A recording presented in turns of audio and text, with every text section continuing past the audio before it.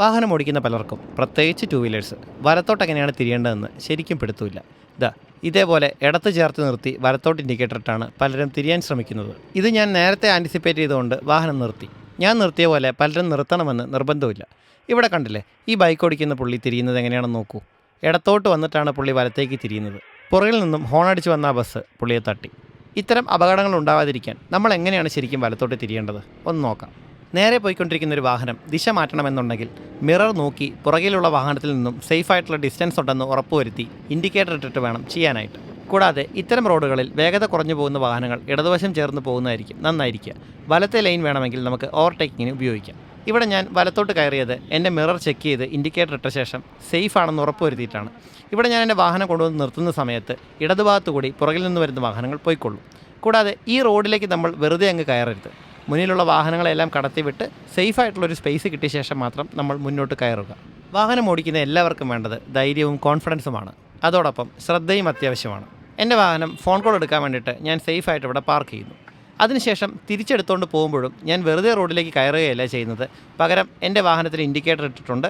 അതുപോലെ തന്നെ ഞാൻ 1-2 തവണ ഷോൾഡർ ചെക്കും ചെയ്യുന്നുണ്ട്. പുറകിൽ നിന്ന് വരുന്ന വാഹനങ്ങളെ കടത്തിവിട്ട് വളരെ സേഫായിട്ടാണ് ഞാൻ ഈ റോഡിലേക്ക് പ്രവേശിക്കുന്നത്. അങ്ങനെ വരുമ്പോൾ തന്നെ മറ്റു വാഹനങ്ങൾ നമുക്ക് കയറാനായി മാറിത്തരും. അടുത്തതായി എനിക്ക് മുന്നിൽ കാണുന്ന പെട്രോൾ പമ്പിലേക്കാണ് കയറേണ്ടത്. അതും വലത് സൈഡിലാണ്. ഞാൻ എൻ്റെ വാഹനം പതിയെ സ്ലോ ആക്കി ഇൻഡിക്കേറ്റർ ഇട്ടിട്ടുണ്ട്. മിറർ ചെക്ക് ചെയ്ത ശേഷം ഞാൻ വാഹനത്തെ സെൻട്രൽ ലൈനിലേക്ക് കൊണ്ടുവരുന്നു.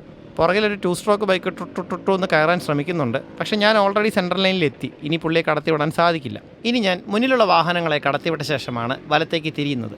അതും എനിക്ക് കൃത്യമായിട്ടൊരു ഗ്യാപ്പ് കിട്ടിയ ശേഷം. ഇതേ സമയം പുറകിൽ നിന്ന് വരുന്ന വാഹനങ്ങൾ ഇടതുവശത്തു കൂടി കയറിപ്പോയിക്കൊള്ളും. ദയവായി വലത്തേക്ക് ഇൻഡിക്കേറ്റർ ഇട്ട് നിർത്തിയിരിക്കുന്ന വാഹനത്തെ വലതുവശത്തൂടെ ഓവർടേക്ക് ചെയ്യാൻ ശ്രമിക്കരുത്. വളരെ ബിസി ആയിട്ടുള്ള റോഡ് കാണുമ്പോൾ തന്നെ പല ആളുകൾക്കും വലത്തോട്ട് ഇൻഡിക്കേറ്റർ ഇട്ട് തിരിയാനായിട്ട് മടിയാണ്. പുറകിലുള്ള വാഹനങ്ങൾ തട്ടുമോ എന്നുള്ള പേടിയാണ് അവർക്ക് പലപ്പോഴും. പക്ഷേ നമ്മുടെ വാഹനം പതിയെ സ്ലോ ആക്കി ഇൻഡിക്കേറ്റർ ഇട്ട് കഴിഞ്ഞാൽ തന്നെ പുറകിലെ വാഹനങ്ങൾക്ക് മനസ്സിലാകും നമ്മൾ തിരിയാനായിട്ടാണ് പോകുന്നത്.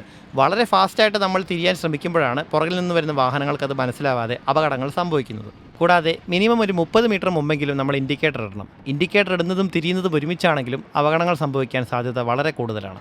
ബ്ലൈൻഡ് സ്പോട്ടുകൾ ഒഴിവാക്കാനായി ഇരുചക്ര വാഹനങ്ങളിൽ മിറർ ചെക്ക് ചെയ്യുന്നത് കൂടാതെ ഷോൾഡർ ചെക്കും ചെയ്യാൻ ശ്രമിക്കുക. ലൈസൻസ് കിട്ടിയാലും ഇത്തരം കാര്യങ്ങൾ നമ്മൾ റിപ്പീറ്റഡായിട്ട് പ്രാക്ടീസ് ചെയ്താലേ കൈവശമാക്കാൻ സാധിക്കൂ.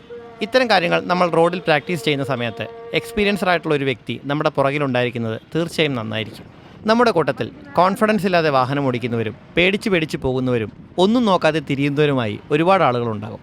അത്തരം ആൾക്കാരെ മാറ്റിയെടുക്കാൻ നമുക്കൊരു ക്യാമ്പയിൻ സംഘടിപ്പിച്ചാലോ? റോഡിലൂടെ പോകുന്ന ഓരോരുത്തരുടെയും സുരക്ഷ നമ്മുടെയും ഉത്തരവാദിത്തമാണ്. വീണ്ടും അടുത്തൊരു വീഡിയോയിൽ കാണാം.